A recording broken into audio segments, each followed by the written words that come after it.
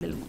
El polaco Marcianik, que dentro de lo que podemos decir de él, dirigió 2 partidos en el Mundial de Rusia 2018, Argentina-Islandia y Alemania-Suecia. Un error en el Alemania-Suecia, que yo lo he mencionado que es el error más considerable del Mundial de 2018, que tomando en cuenta ese Mundial con ese, digamos, hay una gran diferencia en términos del rendimiento arbitral y la toma de decisiones. Fue mejor Rusia 2018 porque lograron en gran medida la unificación de criterios.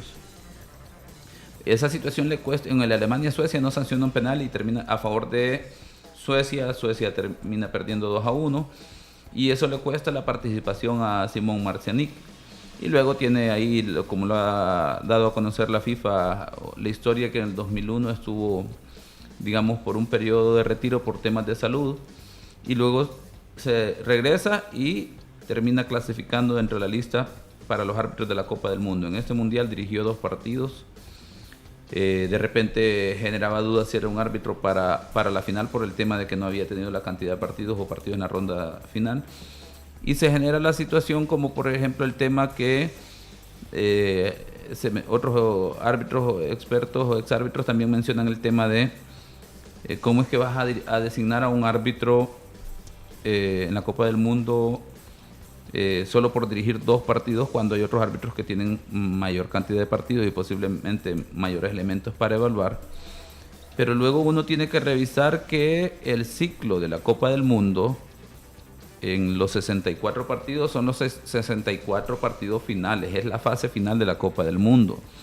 La Copa del Mundo, así como la del 2026, que será en Estados Unidos, México y Canadá, inicia el siguiente año, por ejemplo, inicia en el 2023, así que las evaluaciones en relación al rendimiento de los árbitros no es solo consecuencia de los 64 partidos de la Copa del Mundo.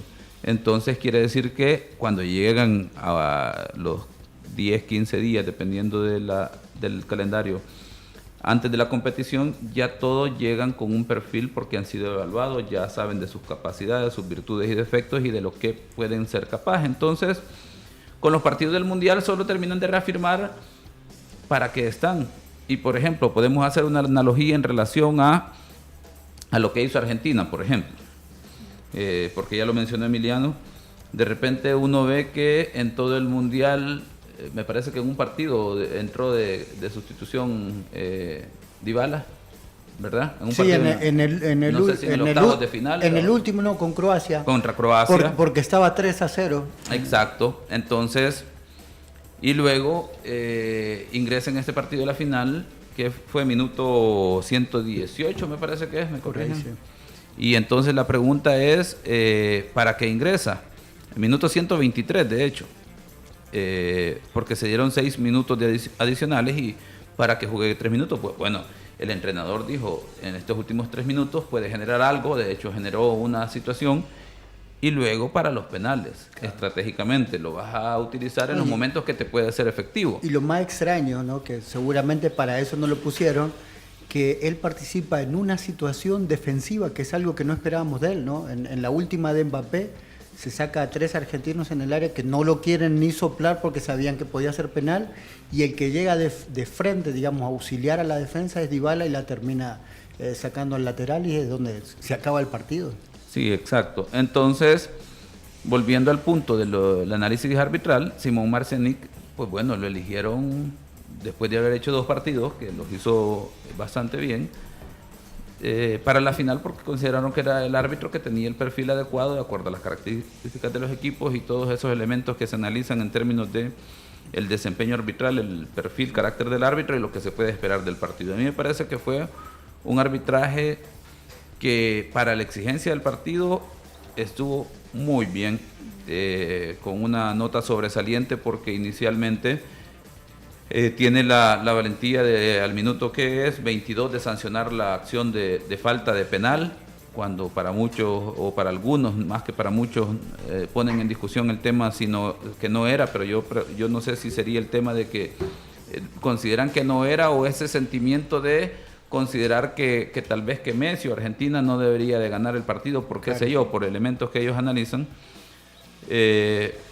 más allá del verdadero análisis de la jugada en sí, porque los elementos, como lo hemos descrito anteriormente, ahí están para una sanción para falta, la torpeza del defensor también. Sí.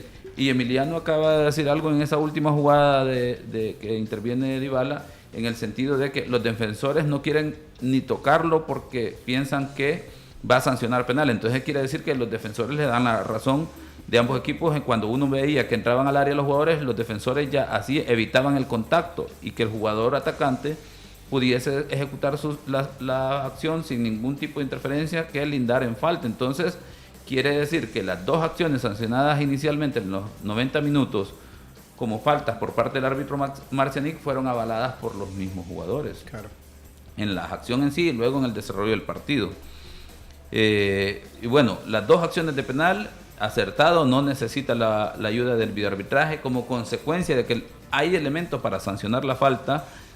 El videoarbitraje no le llama en ninguna de las dos situaciones y eso no estamos hablando de que no se revisaron el videoarbitraje. Se revisan, pero al considerar que ninguna de las dos situaciones de error claro y manifiesto en las que tengan que intervenir porque dan el lugar al árbitro para que aplique su opinión en términos de la evaluación es lo que prevalece, ¿verdad? Entonces, eso, luego el tema del manejo disciplinario, luego en el tiempo suplementario termina sancionando un tercer penal cuando ya se daba, por ejemplo, ya después del 3-2, posiblemente la sensación de que el partido se lo llevaba a Argentina, esa situación de mano, que para aquellos que se genera toda esa teoría conspirativa de que estaba preparado para Argentina, lo fácil sería no sancionar ese penal porque era un brazo extendido y podíamos discutirlo y todo lo demás, pero incluso en esa situación no necesita del videoarbitraje también, el tercer penal lo sanciona con firmeza y eso, ¿verdad? De ahí, pues obviamente, en un partido de esa magnitud,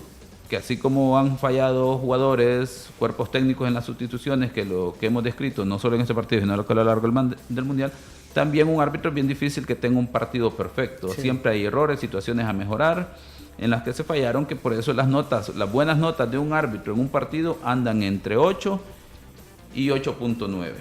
Difícilmente un árbitro obtiene una nota de 10 porque eso implica que estamos hablando de alrededor del 10%, 11% en relación a un 100% de efectividad de la toma de decisiones.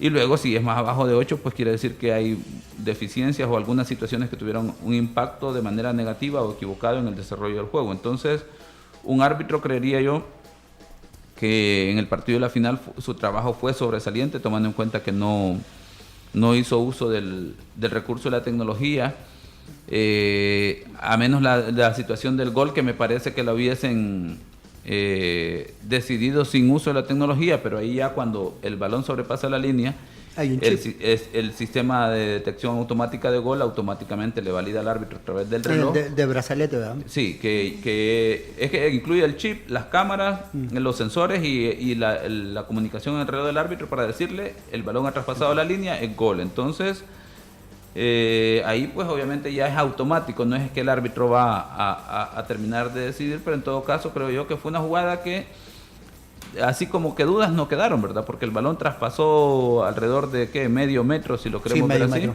No es una situación que como aquella del Japón-España, que generó discusión por el primer ángulo de cómo vimos la situación, que parecía que el balón había salido, y luego pudimos ver a través de las cuentas oficiales de FIFA que compartió 24 horas después ese video que sirvió para la toma de decisiones, que es lo que yo no estoy de acuerdo en ese sentido, que creo yo que la información debe de ser de carácter inmediato para disipar cualquier conjetura que se pueda generar en ese sentido. Hablemos de los protagonistas de estas dos selecciones, Messi y Mbappé.